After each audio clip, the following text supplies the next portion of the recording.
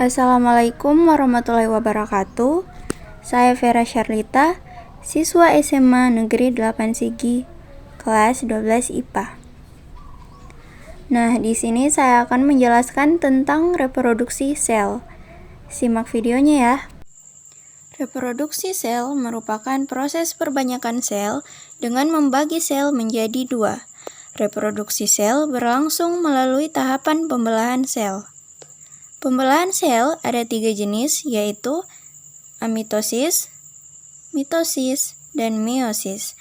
Saya akan membahasnya satu persatu. Pertama, amitosis. Amitosis adalah reproduksi sel di mana sel membelah diri secara langsung tanpa melalui tahap-tahap pembelahan sel. Amitosis disebut juga dengan pembelahan binor. Amitosis biasanya terjadi pada sel prokaryotik seperti sel bakteri dan cyanobacteria atau ganggang biru. Pembelahan sel ini dimulai ketika kromosom melekat pada membran plasma, kemudian DNA mereplikasi kromosom tersebut. Saat sel siap membelah, kromosom dan kromosom hasil salinannya tetap melekat pada membran plasma. Kemudian terbentuk membran plasma yang menekuk ke dalam memisahkan kedua kromosom tersebut. Dan terbentuklah dua sel anak. Pembelahan sel berikutnya mitosis. Mitosis adalah cara reproduksi sel di mana sel membelah melalui tahap-tahap yang teratur. Mitosis memiliki ciri-ciri sebagai berikut.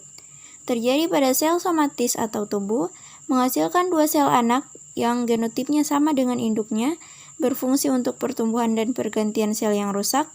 Mitosis merupakan bagian dari siklus sel. Siklus sel terdiri dari fase interfase dan fase mitosis. Pembelahan mitosis dibedakan menjadi dua, yaitu karyokinesis, yaitu proses pembelahan inti yang meliputi profase, metafase, anafase, telofase. Dan sitokinesis, pembelahan sitoplasma menjadi dua bagian yang terjadi pada fase interfase akhir. Fase interfase berlangsung paling lama, mencakup 90% dari siklus sel. Fase interfase terbagi menjadi fase G1, fase S, dan fase G2. Fase G1 adalah fase pertumbuhan dan pembentukan protein dari organel sel. Fase S adalah fase penyalinan kromosom. Fase G2 adalah fase sel kembali tumbuh dan mempersiapkan melakukan pembelahan. Berikutnya, saya akan membahas tahapan-tahapan mitosis mulai dari fase profase, prometafase, metafase, anafase, hingga telofase. Pada fase profase, yang terjadi adalah benang kromatin memendek, membentuk kromatid yang akan berpasangan membentuk kromosom. Kemudian membran nukleus mulai menghilang. Pada prometafase, membran nukleus terfragmentasi sehingga mikrotubula dapat masuk ke nukleus.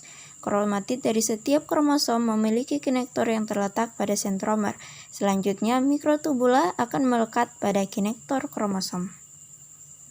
Saat metafase, mikrotubula terlihat jelas dan kromosom terletak pada daerah ekuator. Kromosom masih terdiri atas dua kromatid yang terkait pada sentromer, dan setiap sentromer memiliki dua kinektor yang masing-masing dikaitkan dengan mikrotubula. Pada tahap anafase, mikrotubula memendek sehingga menarik kromatid ke kutub yang berlawanan, dan pada akhir anafase, kedua kutub sel memiliki jumlah kromatid sama. Dan saat telofase, berlangsung sitokinesis yang memisahkan sel menjadi dua sel anak. Peristiwa tersebut terjadi dengan menipis dan memanjangnya kromatid membentuk kromatin. Nukleolus dan membran nukleus juga mulai terbentuk kembali, hingga nukleus muncul sempurna dan terbentuk dua sel anak identik.